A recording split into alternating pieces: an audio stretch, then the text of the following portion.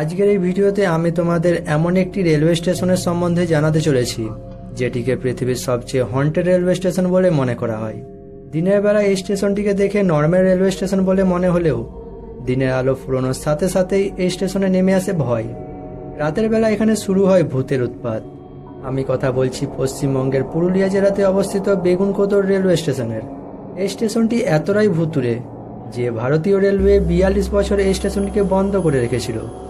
আজকের এই ভিডিওতে আমরা এই স্টেশনটির অজানা ইতিহাসকে জানব। এই স্টেশনটি ভুতুড়ে হওয়ার পেছনের কাহিনীটি জানব, তাই এই ভিডিওটি শেষ অবধি অবশ্যই দেখবে।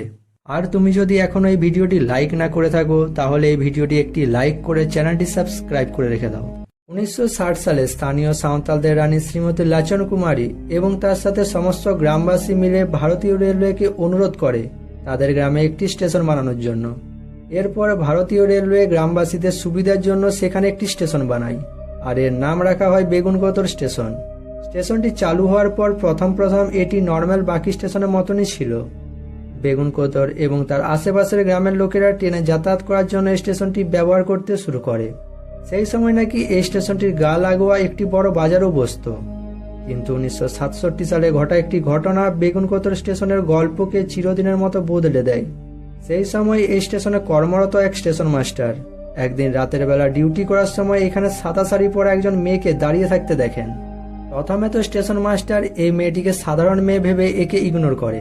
স্টেশন মাস্টার ভেবেছিলেন মেয়েটি হয়তো ট্রেন ধরার জন্য এখানে দাঁড়িয়ে আছে, কিন্তু এরপর থেকে স্টেশন মাস্টার এই মেয়েটিকে রোজ রাতে স্টেশনের আশেপাশে দেখতে পেত।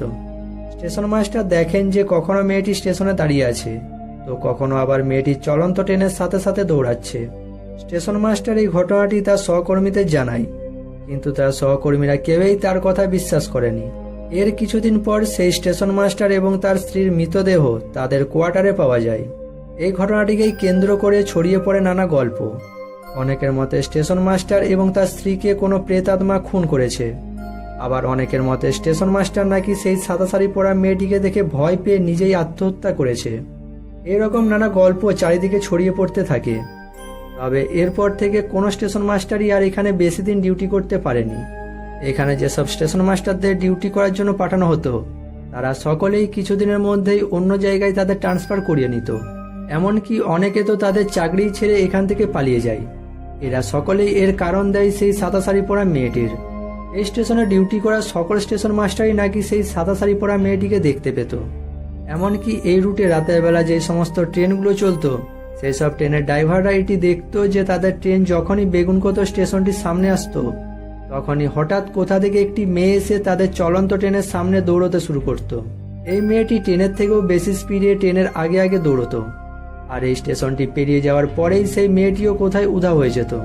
এছাড়াও রাতের বেলা যে সমস্ত যাত্রীরা ট্রেনে যাতায়াত করার জন্য এই স্টেশনে এসে দাঁড়াতো তারাও নাকি এখানে সাদা শাড়ি পরা একটি মেয়ের ছায়াকে দেখতে পেত।